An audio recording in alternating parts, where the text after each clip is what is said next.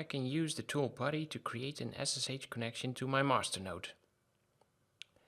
If I now provide the proper credentials, I get a terminal connection to the master node. I'm now interested to find out what containers are currently running on my cluster. So I type docker ps. You will see that instead of showing me the containers that are running on the cluster, I see the containers that are running on my master node. One of those containers is the Swarm container.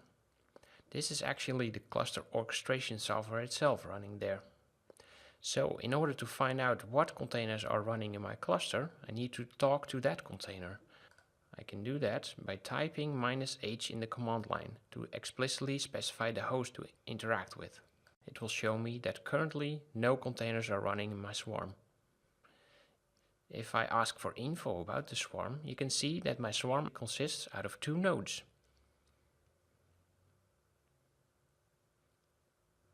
And now it's time to deploy an application to the swarm. I can do that by using the tool Docker Compose. But first, I would like to always use the Swarm container instead of my Docker daemon running on the master node.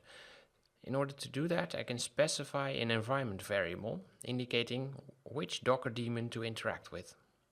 From now on, my Docker command line will always interact with Swarm instead of my master node.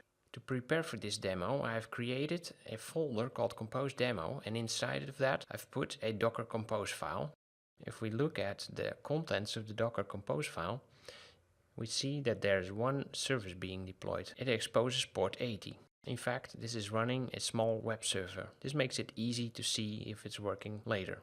If I now type Docker Compose up, it will take the Docker Compose file and deploy it to my agents. You can see that both agent nodes are currently pulling the image. Because this was a clean cluster, neither of the nodes actually has that image in cache yet. After the image has been pulled, one container will be started on one of the nodes. The images have now been downloaded and one container instance was created. By navigating to the DNS name of the agent skill set, I can see that the web server was actually deployed. Let's use the docker ps command to see which containers are now running. You can see that one container is currently running, and it seems to be running on node 1. By using the command docker compose scale, I can create multiple instances of my containers. In this situation, I can choose to have 2 instances running. This means that one container will be started on each node.